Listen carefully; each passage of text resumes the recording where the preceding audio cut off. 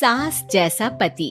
कई औरतों की ख्वाहिश होती है कि वो सिर्फ अपने पति के साथ रहे, क्योंकि सास की चिक चिक किसे पसंद है।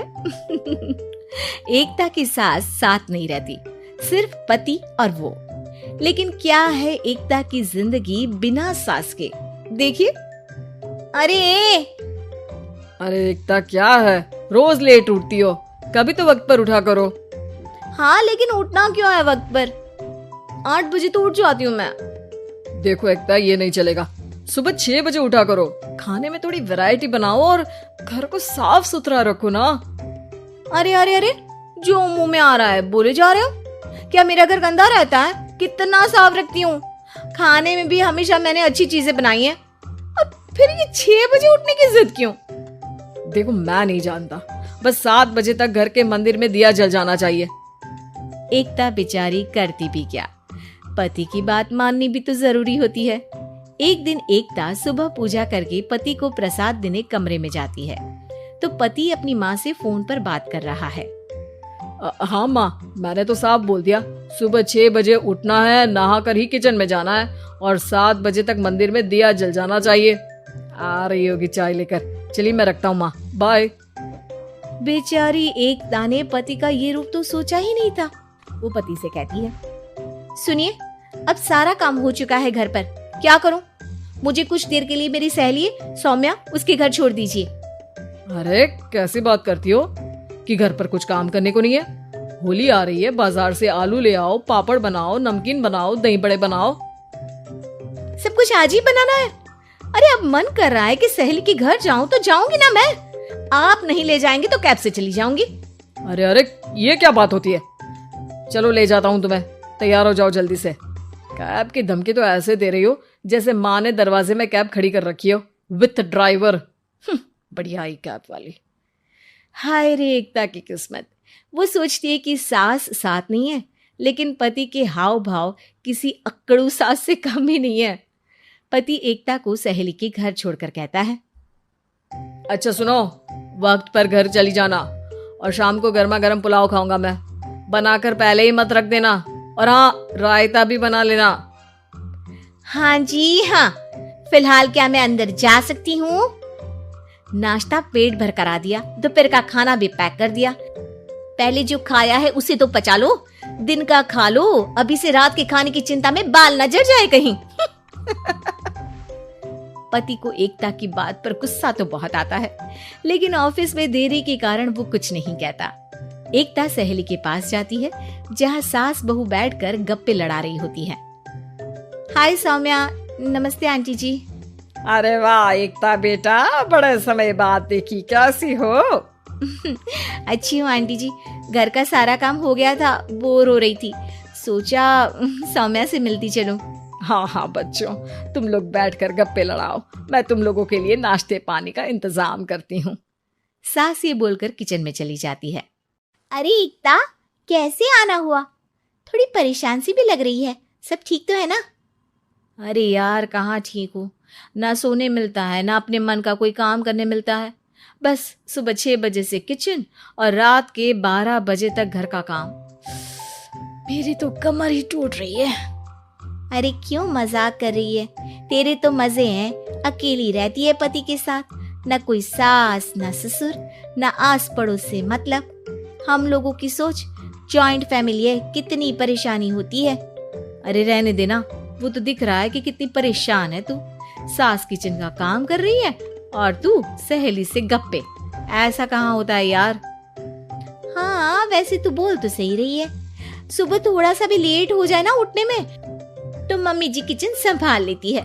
पति तो जाते वक्त उठाते हैं कभी कभी मुझे। पर मेरी छोड़, तू बता, सास साथ रहने आ गई है क्या, जो सुबह 6 बजे उठना पड़ता है? पति तो तेरा 10 बजे ऑफिस जाता है, 4 घंटा खाना बनाने में लग जाता है क्या तुझे एक लोगों का?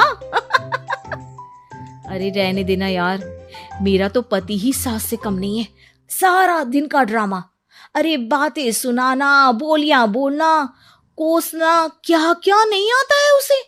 यार मैं तो हैरान होती हूँ कभी कभी कि ये सास की आत्मा तो नहीं आ जाती ना इसमें। अरे परेशान हो चुकी हूँ। इतना ही नहीं, वो तो अपनी माँ से मेरी चुगली भी करता है। समझ गई। मतलब तेरे पति की गाड़ी चल यहाँ रही है, लेकिन रिमोट तेरी सास के पास ही है। अरे अब जो समझ, रिमोट है या कंट्रोल है, बस मेरा तो मुश्किल हो रहा है यहाँ रहना। सोच रही हूँ 2-4 महीने के लिए मायके चली जाऊं। क्या करेगी? 2-4-10 महीने बाद तो आना ही है ना यहाँ पर। तो क्या करूं, तलाक दे दूं क्या? अरे ये कोई सोल्यूशन नहीं है। तू अपने पति को सुधार भी तो सकती है।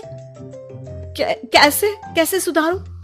सौम्या उसके कान में कुछ कहती है, जिसे सुन एकता खुश हो जाती है। अगले रोज, हाय रे, मेरी तो टांगे ही नहीं चल रही है। हाय हाय हाय, बहुत दर्द हो रहा है भगवान।